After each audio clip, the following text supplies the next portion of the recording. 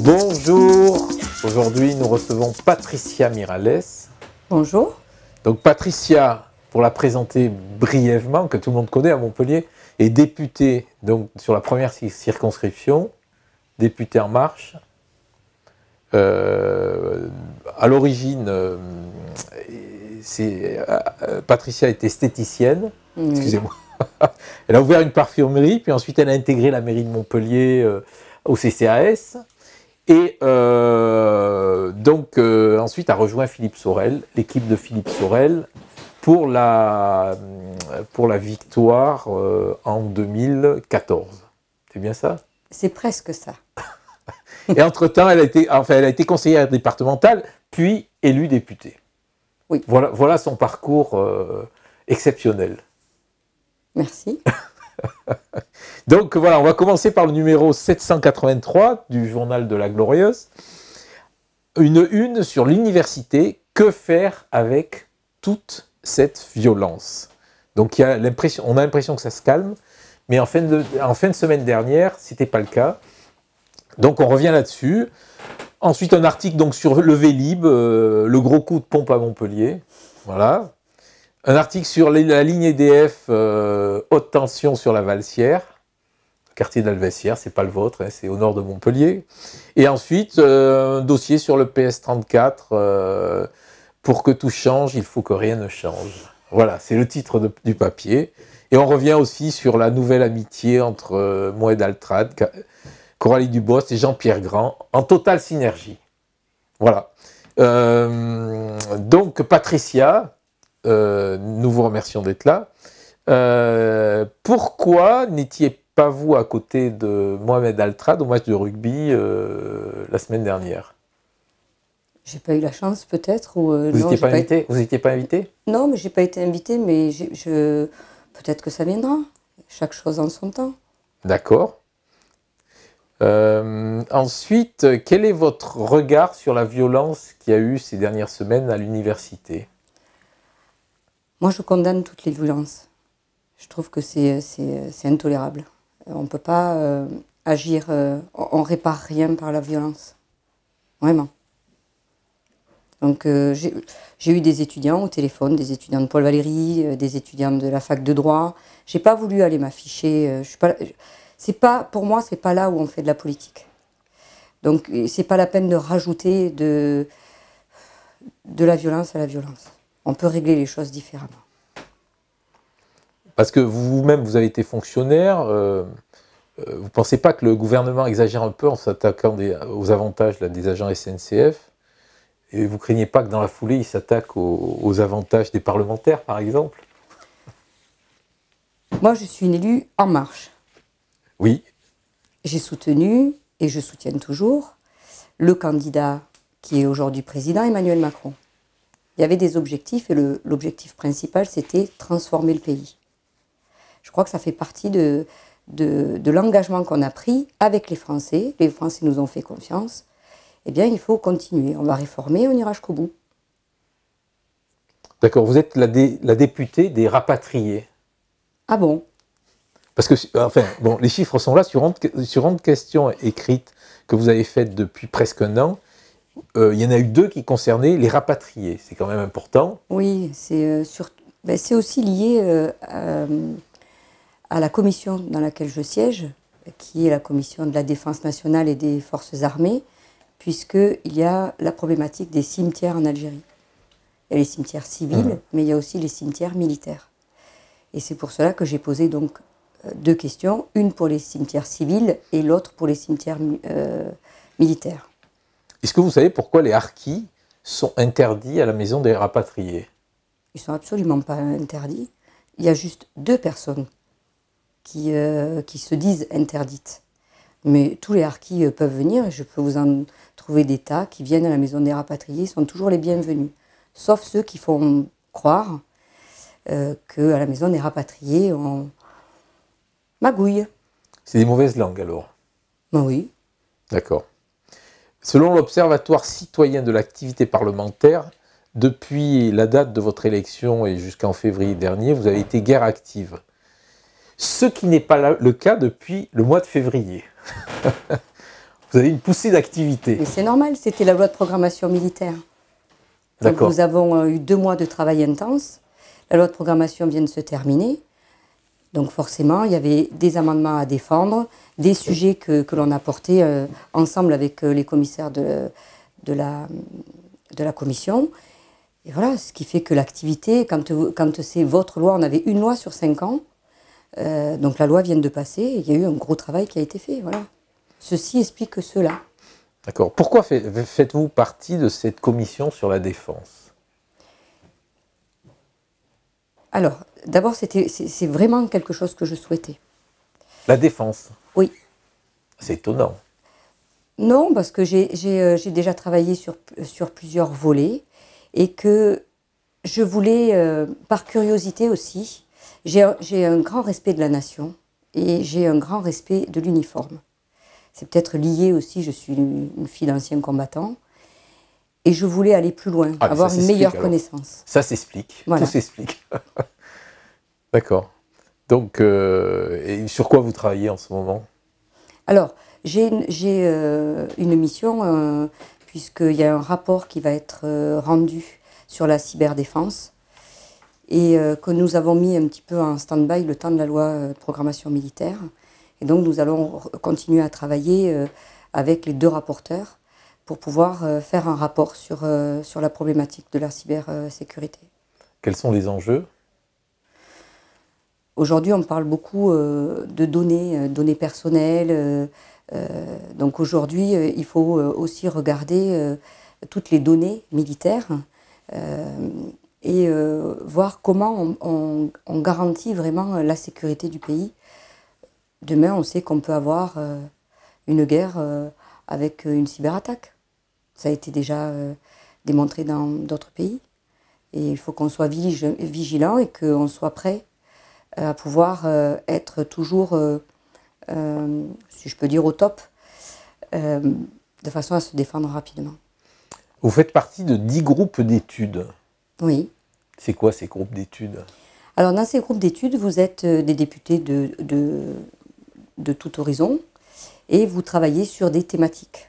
Donc moi, je suis effectivement sur le groupe, donc il y a Rapatrié, il y a le groupe économie du sport, le sport, le littoral, il y a la pêche, la chasse, le vin. J'ai aussi le groupe Vatican, le groupe Laos. Et pour vous dire, sur le groupe Laos, sur ma circonscription, j'ai une grosse communauté laotienne puisqu'il y a la pagode.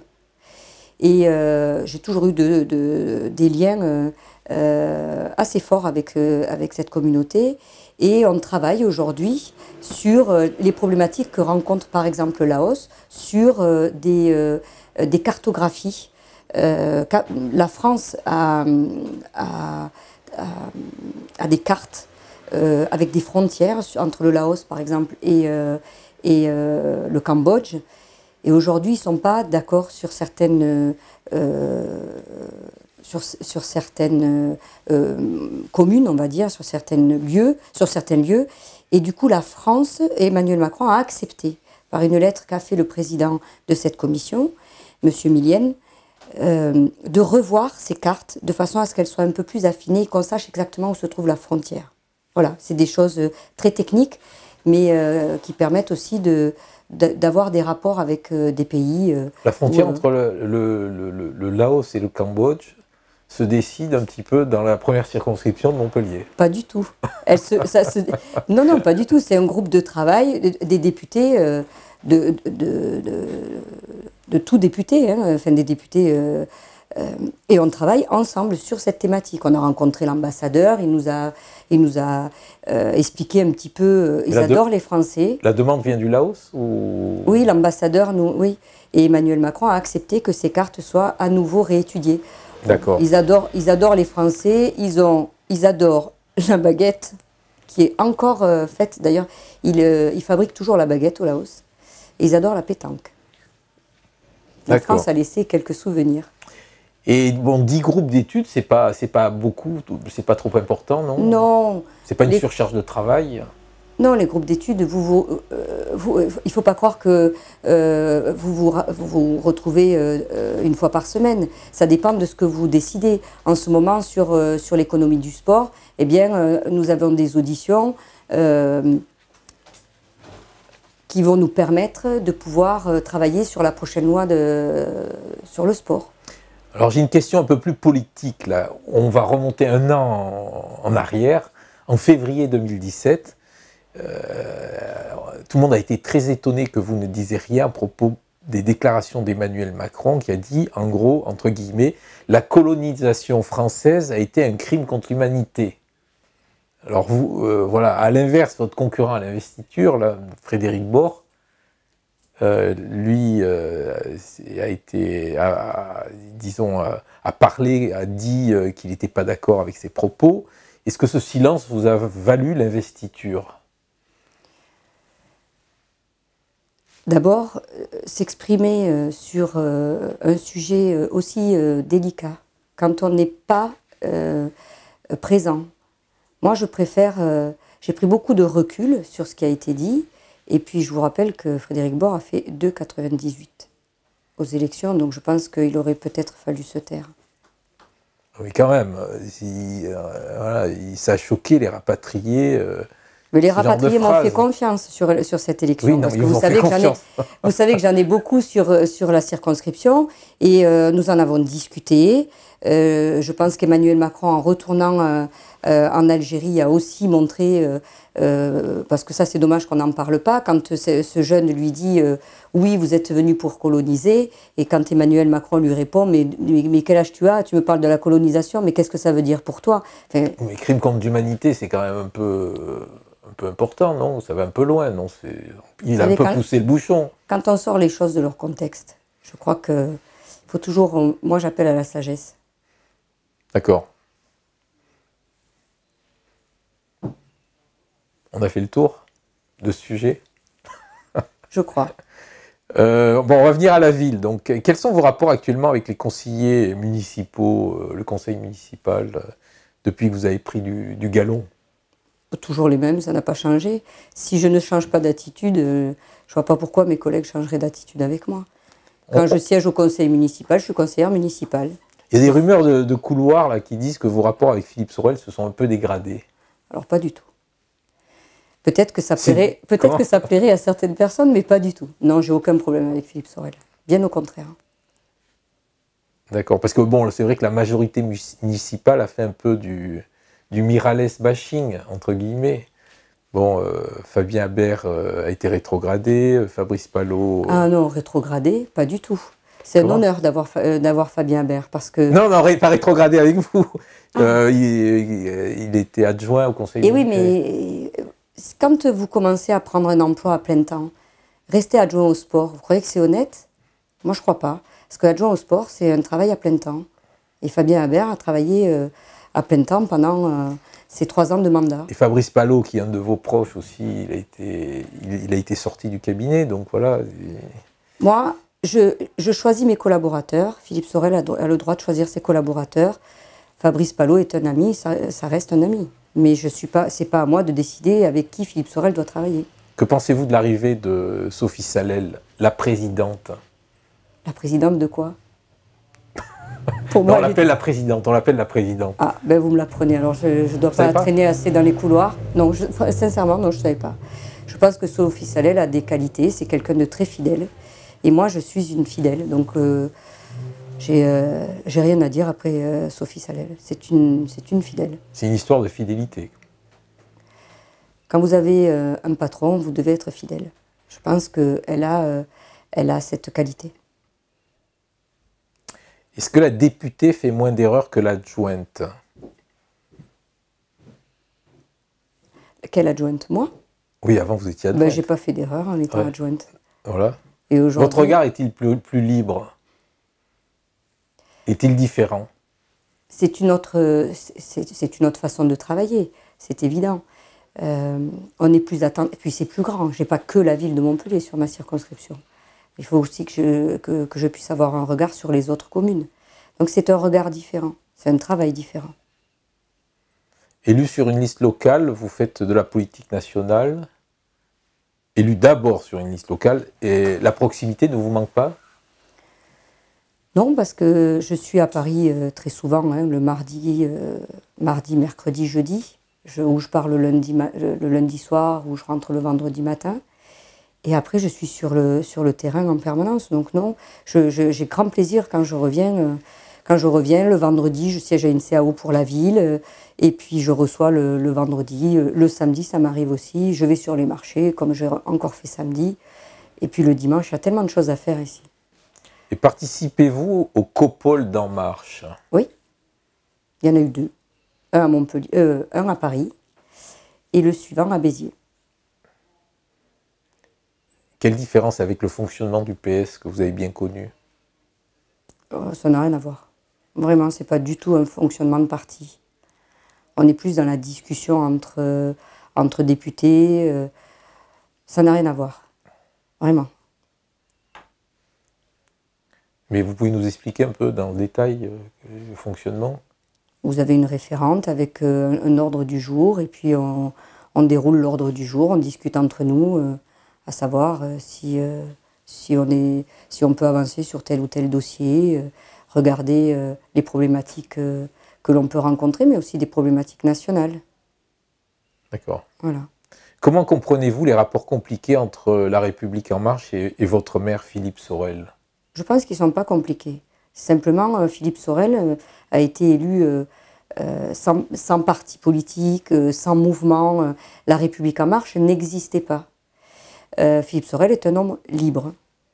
Donc pour moi, c'est pas compliqué. Il a décidé de ne pas être en marche et c'est le droit. Mais pour autant, il critique pas.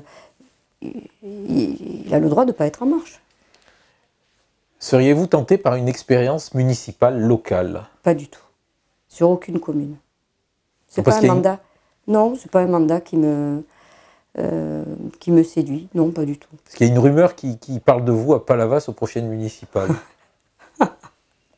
Oui, mais Palavas, parce que je suis arrivée en tête au premier tour et au deuxième tour. Non, il y a des gens très bien à Palavas. Ouais. Oui. Donc vous démentez cette rumeur? Ah oui, complètement, oui. Ne regrettez-vous pas d'être restée suppléante de Frédéric Bord comme en 2012? Non, alors d'abord, en 2012, je vous rappelle que si je devais être la suppléante de Frédéric Bord, il n'a jamais déposé de liste, c'était juste des discussions entre nous, puisqu'il n'a jamais voulu déposer sa candidature. Et d'ailleurs, il n'a pas été très élégant cette fois-là, puisque j'ai dû me débrouiller avec tous les militants qui attendaient qu'il aille déposer sa candidature. Donc voilà, à l'époque, il n'a pas eu le courage d'y aller. Eh bien, l'affaire était close. Comment voyez-vous votre avenir politique? Je vois pas d'avenir. Moi, je mets un pied devant l'autre. Je suis quelqu'un qui travaille, je travaille beaucoup. Et voilà, je regarde l'avenir. Le passé ne m'appartient pas. Mais si vous regardez, vous avez quand même une petite idée. Mais j'avance, j'ai été élue pour transformer ce pays, et bien je vais aller jusqu'au bout. Au jour le jour? Non, pas au jour le jour, mais vous avez, quand il y a des lois qui arrivent, vous regardez là où vous pouvez apporter une expertise, là où vous pouvez aider, où vous pouvez être d'accord ou ne pas être d'accord, et comment vous pouvez améliorer les choses. Mais j'ai aucune prétention, j'avance. Aujourd'hui, j'ai un mandat sur 5 ans, j'accomplis mon mandat sur 5 ans. Voilà, on va terminer par la question chapeau, s'il vous plaît. Il faut une main innocente. Voilà. Merci.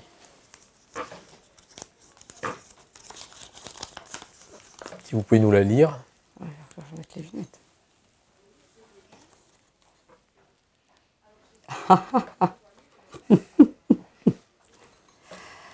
Êtes-vous proche ou très proche de Coralie Dubost? Oui. Écoutez, c'est une collègue députée, elle fait partie de la majorité. Nous sommes en marche toutes les deux, nous sommes fidèles à Emmanuel Macron, nous portons les mêmes choses. Voilà, pas plus. Vous n'avez pas répondu. Ah si, je vous ai répondu. La question c'était proche ou très proche? Ah, Mais c'est pas une question de proximité. On n'est pas proche ou très proche en politique. Ah, si. Ah non, non, non. En politique, on travaille. On n'est pas des amis. On travaille. Donc, On travaille plus facilement avec certains qu'avec d'autres. non, mais moi, on travaille. Elle est à la commission des lois et on travaille pour que les objectifs d'Emmanuel Macron aboutissent. Et on est là aussi pour les porter. On va dire plutôt proche alors. Vous m'avez dit un mot, une phrase. Bon, très bien. Je vous remercie. Avec plaisir.